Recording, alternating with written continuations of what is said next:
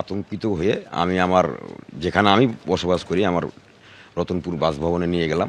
আমার বৃদ্ধা মা আছে, আমার মানে পুরো পরিবার আর কি, আমরা দু ভাইয়ের মধ্যে বড়দা এখানে থাকতো। আমি এমএলএ হওয়ার পরে ওই বিধানসভাতে চলে যাই আর কি। ফাস্ট ফুড তো ফাস্ট লাইফের একটা পার্ট, সো প্রবলেম তো হবে, বাট আমার সলিউশন তারা। 5 দশক ধরে গ্যাস অম্বল ও পেটের সমস্যার একমাত্র সমাধান গ্যাস নল।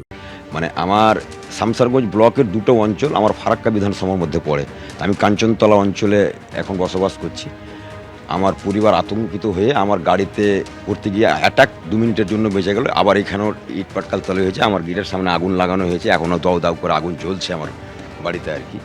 এই অবস্থা চলছে। পুলিশ প্রশাসনকে আমরা বললাম যেন রাস্তাতে কোনো রকমের ভিড় না থাকে, রাস্তাটাকে ক্লিয়ার করে দেওয়া হোক।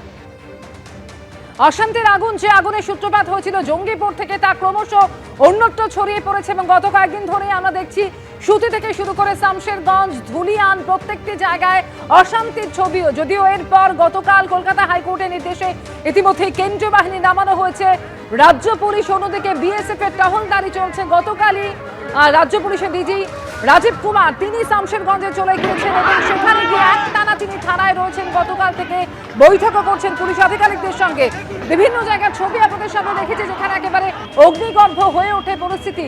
সুতি থেকে শুরু করে লালগোলা, জলঙ্গি, ধুলিয়ান, শামশেরগঞ্জ, অন্যদিকে জঙ্গিপুর, দিকে দিকে অশান্তির ছবি।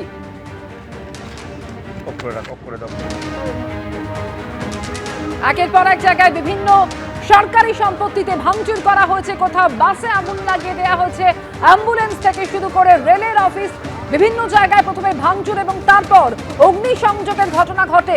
গতকালও আমরা দেখছিলাম সকাল থেকে চারিদিকে শুধুমাত্র ধ্বংসের সেই চিহ্ন ধরা পড়েছে। শামশেরগঞ্জ থানা থেকে একটু দূরে যে বাড়ি এই মুহূর্তে তালাবন্ধ অবস্থাতে রয়েছে, এটি হচ্ছে ফারাক্কার এমএলএ মনিরুল ইসলামের বাড়ি, যেখানে গত পরশু অর্থাৎ শুক্রবার দিনকেও ব্যাপক ভাঙচুর চালানো হয় এবং তারপর থেকে কার্যত ঘর ছাড়া হয়ে যান ফারাক্কার এমএলএ মনিরুল ইসলাম। গতকালকে তিনি এবং জঙ্গিপুরের সাংসদ খলিলুর রহমান যখন এলাকাতে আসেন, তারা কার্যত বিক্ষোভের মুখে পড়েন এবং গতকাল রাত্রেও আরও এক দফাতে ঠিক তার বাড়ির সামনে যে দৃশ্য এখন দেখা যাচ্ছে, আতপোড়া যে সমস্ত বাঁশের টুকরো বা প্লাস্টিক দেখা যাচ্ছে, সেখানে একেবারে বাড়ির সামনে অগ্নিসংযোগ করা হয়। পরবর্তী সময়ে এখানে বিনীত গোয়েল, এডিজি সাউথ বেঙ্গল সুপ্রতিম সরকার সহ বিরাট বাহিনী এখানে আসে, দমকল এখানে আসে, আগুন তারা নেভান এবং তারপর থেকে কিন্তু যেটা দেখা যাচ্ছে যে একেবারে তালাবন্ধ অবস্থাতে রয়েছে এবং বাড়িতে এই মুহূর্তে কিন্তু ফারাক্কার যিনি এমএলএ মনিরুল ইসলাম নেই। দেখা যাচ্ছে যে বাড়ি পুরোপুরি তালাবন্ধ, অর্থাৎ কার্যত বাড়ি ছাড়া